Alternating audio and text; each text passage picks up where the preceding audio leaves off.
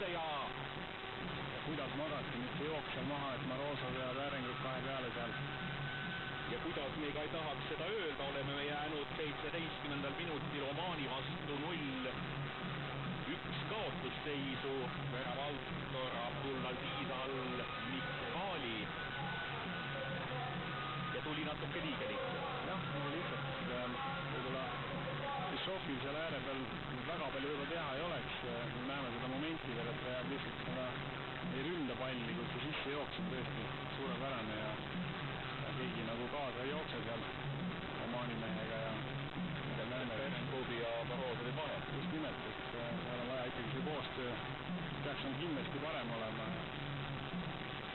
Pigem võib-olla oleks pidanud, kuna see sissejooks toimus sealt Alo Äärengudi selja tagant, siis võib-olla Maroso tavi peal. nüüd on meil mees ja hästi jätkab, võimalus tekib ja tuleb!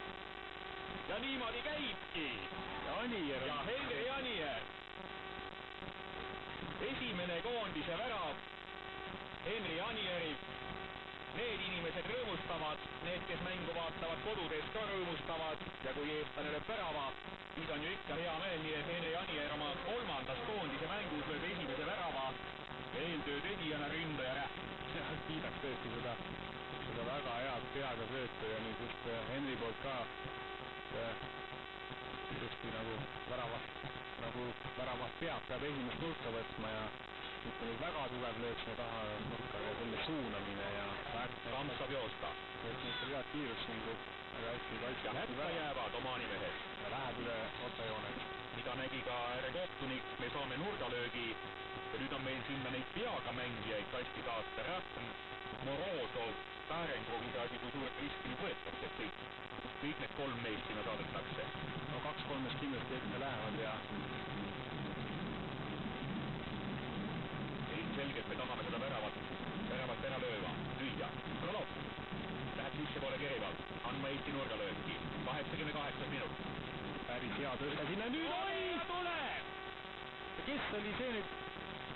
Gerd Kamp suutis tõesti sealt. kui esimene koondise värav tuli seljaga, siis teine koondise värav tuli ikkagi vähe sellisel jalgpallilikumal moel. aga kui on 2-1 eduseis, siis on see hoopis teine tera võrdluses esimese mängu 75 minutit, eriti midagi pakkuda polnud, vaatame veel. ja jätk tuleb Omaani enda mees. just nimelt, et Omaani mehe õlad sealt, et pidanud ikkagi jah, seal oma mees endas selga ka veel talle, et palli trajektoor siis vastavalt sellele ei olnud kassist minema, vaid pigem